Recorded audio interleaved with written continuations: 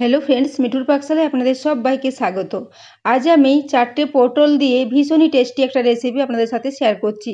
এই জন্য এখানে প্রথমে 4টা মিডিয়াম সাইজের পটল নিয়ে নিয়েছি। পটলটার এই দুদিকটা একটু কেটে বাদ দিয়ে দিলাম। এরপর এই ছুরির সাহায্যে এর উপরের যে খোসাটা সেটা একটু এভাবে ঘষে ঘষে তুলে নেব। মোটাভাবে খুব বেশি খোসাটা তোলার প্রয়োজন নেই।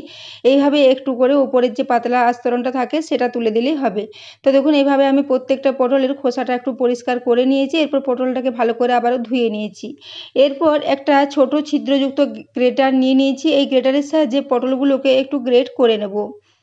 তো বন্ধুরা, আজকে আমি সম্পূর্ণ নতুন পদ্ধতিতে একটা রেসিপি আপনাদের সাথে শেয়ার করেছি। এই রেসিপিটা যদি ভালো লেগে থাকে তাহলে অবশ্যই চ্যানেলটি সাবস্ক্রাইব করে আমার পাশে থাকবেন এবং পাশে থাকা বেল আইকনটি অবশ্যই প্রেস করে রাখবেন। তাহলে আমি যে কোনো নোটিফিকেশানে ছাড়ি না কেন তা সবার আগে আপনার কাছে পৌঁছে যাবে। তো দেখুন এইভাবে গ্রেটারের সাহায্যে একটু গ্রেট করে নিচ্ছি। তো এইভাবে গ্রেট করতে করতে পটলের যে বীজের অংশটা আছে সেটাকে আমি একটু বাদ দিয়ে দেবো, কারণ বীজের অংশগুলো এর মধ্যে গ্রেট করা যাবে না এবং এগুলো দিলে খেতেও এতটা ভালো লাগবে না। সেই জন্য পটলের যে বীজটা থাকে সেই বীজগুলো একটু বাদ দিয়ে দেবো। তো দেখুন দুদিকটাই আগে এইভাবে কিছুটা গ্রেট করে নিলাম। তারপর বীজের অংশটা যখন এসেছে তখন এটাকে এইভাবে একটু বাদ দিয়ে দিচ্ছি। তো দেখুন হাতে করে এইভাবে পটলের যে মাঝে বীজটা থাকে সেটাকে তুলে ফেলে দিচ্ছি। তো দেখুন পটলের বীজগুলো এভাবে বাদ দিয়ে দেবো। তারপর প্রত্যেকটা পটলকে এই একইভাবে আমি গ্রেটারের সাহায্যে গ্রেট করে নেব। তো দেখুন এভাবে একটু গ্রেট করে নিচ্ছি। তো বন্ধুরা, আজকের রেসিপিটা ভীষণই টেস্টি, ভীষণই খাস্তা ও মুচমুচে মতো রেডি হয়েছিল। তো আপনাদের এই রেসিপিটা যদি ভালো লেগে থাকে তাহলে অবশ্যই বন্ধুদের সাথেও একটু শেয়ার করে দেবেন এবং রেসিপি ভালো লাগলে একটা লাইক করতে ভুলবেন না।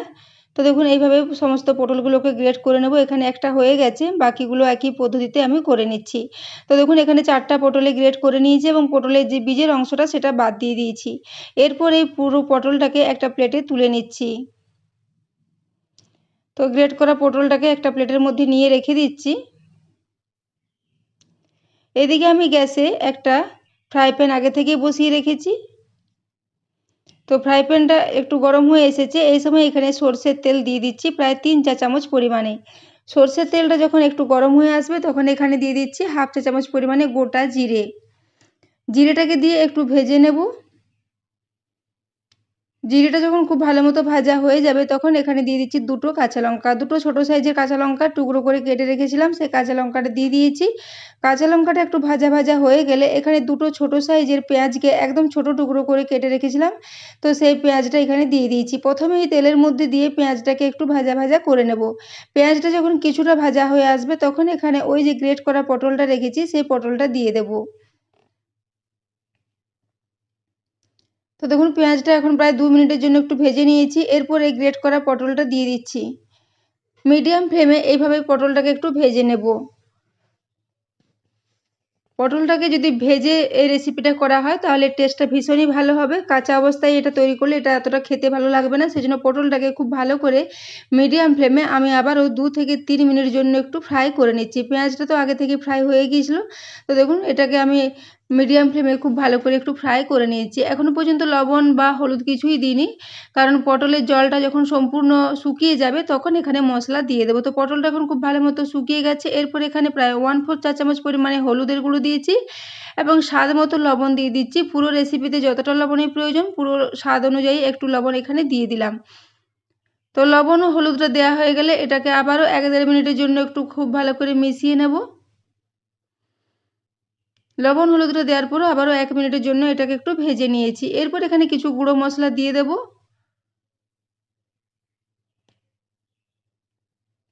তো দেখুন এখানে আমি আগেই হাফ চা চামচ পরিমাণে ধনে গুঁড়ো ও 1/4 টিস্পুন পরিমাণে গোলমরিচের গুঁড়ো দিয়েছিলাম, সেটা এখানে স্কিপ হয়ে গিয়েছিল এবং পরে আবারও এখানে হাফ চা চামচ পরিমাণে একটু ভাজা জিরের গুঁড়ো দিয়েছিলাম। তো এখানে হাফ চা চামচ পরিমাণে ধনে গুঁড়ো, হাফ চা চামচ পরিমাণে জিরে গুঁড়ো ও 1/4 টিস্পুন পরিমাণে গোলমরিচের গুঁড়ো দিলাম। এরপরে মশলাগুলো দিয়ে আবারও খুব ভালো করে মিশিয়ে নিলাম 1 মিনিটের জন্য।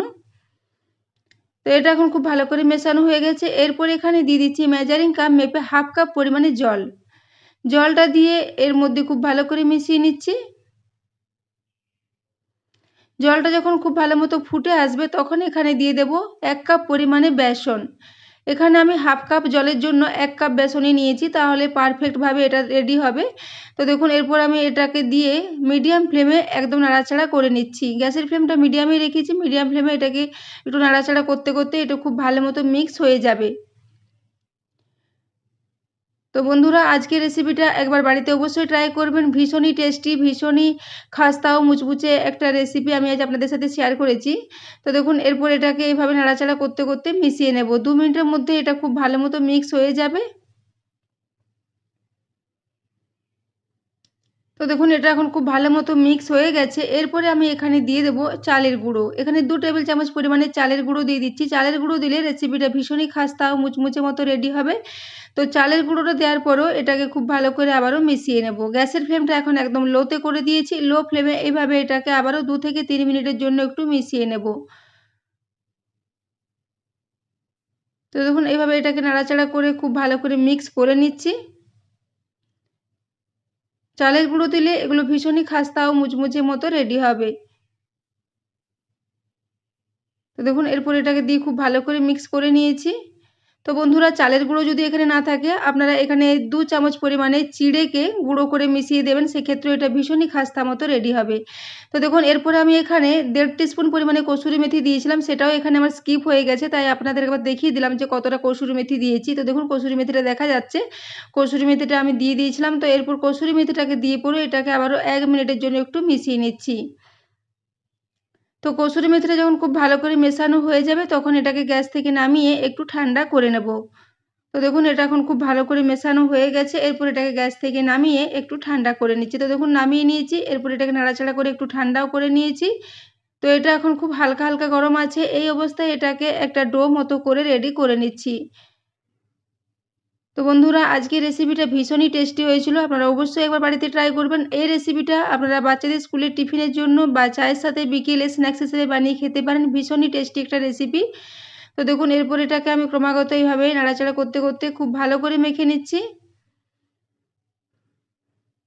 আমি যেভাবে এতে জল, বেসন ও চালের গুঁড়ো দিয়েছি এইভাবে যদি মেশানো হয় তাহলে এই রেসিপিটা একদম পারফেক্টভাবে রেডি হবে এবং ডোটাও একদম পারফেক্ট মতো হয়ে যাবে। ডোটা খুব বেশি নরমও হবে না, আবার খুব বেশি শক্তও হবে না, বেশ মিডিয়াম একটা ডো রেডি হবে। তো দেখুন ডোটা খুব ভালো মতো করে রেডি করে নিয়েছি।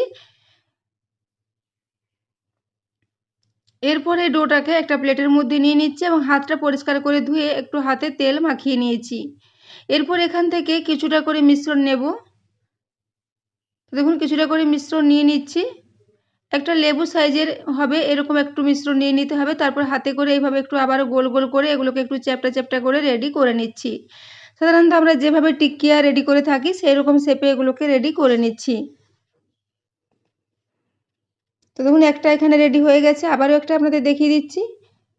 তো বন্ধুরা আজকের রেসিপিটা ভীষণই সহজ। পটল তো এখন আমাদের সবার বাড়িতেই থাকে, তাই পটলের সাথে পেঁয়াজ দিয়ে এইভাবে রেসিপিটা একবার অবশ্যই ট্রাই করবেন। এটা ভীষণই টেস্টি হয়েছিল রেসিপিটা। তো দেখুন এইভাবে আমি সবগুলোকে রেডি করে নিয়েছি। এদিকে গ্যাসে আমি আবার একটা কড়াই বসিয়ে দিয়েছি, তাতে আমি প্রায় বড় চামচের 3 চামচ পরিমাণে তেল দিয়েছি। তো তেল দেওয়ার পর এখানে এই সমস্ত টিকিয়াগুলোকে তেলের মধ্যে দিয়ে দিচ্ছি। তো দেখুন যতগুলো দেওয়া যাবে ততগুলো দিয়ে দিয়েছি। তো এখানে 2টো মতো রয়ে গেছে, বাকিগুলো দিয়ে দিয়েছি। এরপর নিচের দিকটা প্রায় 2 মিনিটের জন্য একটু ভেজে নিয়েছি। তো তেলটা ভীষণই গরম হয়ে গিয়েছিল, সেজন্য নিচের দিকটা খুব বেশি একটু লাল লাল করে ভাজা হয়ে গেছে। তো এগুলোকে আমি আবারও উল্টে দিলাম এবং অপর দিকটা প্রায় 1 থেকে 1.5 মিনিটের জন্য একটু ফ্রাই করে নিয়েছি। তো দেখুন দুদিকটাই এখন খুব ভালো মতো ফ্রাই হয়ে গেছে। এরপর এদিকটা উল্টে দিচ্ছি। তো এরপর এগুলোকে একটা স্ট্রেনারে করে তুলে এক্সট্রা তেলটা ঝরিয়ে নেব, তারপর এগুলোকে সার্ভ করে দেব। তো দেখেই বুঝতে পারছেন এগুলো কতটা সুন্দরভাবে ফ্রাই হয়েছে, একদম কালারটাও খুবই সুন্দর এসেছে এবং খেতে তো ভীষণই টেস্টি হয়েছিল, ভীষণই খাস্তা মতো রেডি হয়েছিল। তো দেখুন এরপর এগুলো সবই আমি তুলে নিচ্ছি। এরপর যে দুটো রয়ে গেছে সেগুলো ওই একই তেলের মধ্যে আমি ফ্রাই করে নেব, তারপর ওগুলো একটু নিয়ে একই সাথে সার্ভ করে দেব। তো দেখুন তেলটাকে একটু ঝরিয়ে নেব, তারপর এগুলোকে একটা প্লেটের মধ্যে নিয়ে নিচ্ছি। তো দেখুন যে দুটো বাকি ছিল সেগুলো দিয়ে দিয়েছি এবং এর আওয়াজটা শুনেই বন্ধুরা আপনারা বুঝতে পারবেন এগুলো কতটা খাস্তা ও মুচমুচে হয়েছিল। ভীষণই খাস্তা, ভীষণই মুচমুচে একটা রেসিপি। তো এই রেসিপিটা অবশ্যই একবার ট্রাই করবেন। তো দেখুন একটা ভেঙে দেখিয়ে দিচ্ছি, দেখেই বুঝতে পারছেন এটা কতটা খাস্তা মতো রেডি হয়েছে। তো বন্ধুরা আজকের এই রেসিপিটা এতক্ষণ পর্যন্ত দেখার জন্য আপনাদের অশেষ ধন্যবাদ। আবারও চলে আসবো নিত্য নতুন কোনো ভিডিও নিয়ে। ততক্ষণের জন্য সবাই সুস্থ থাকবেন, ভালো থাকবেন।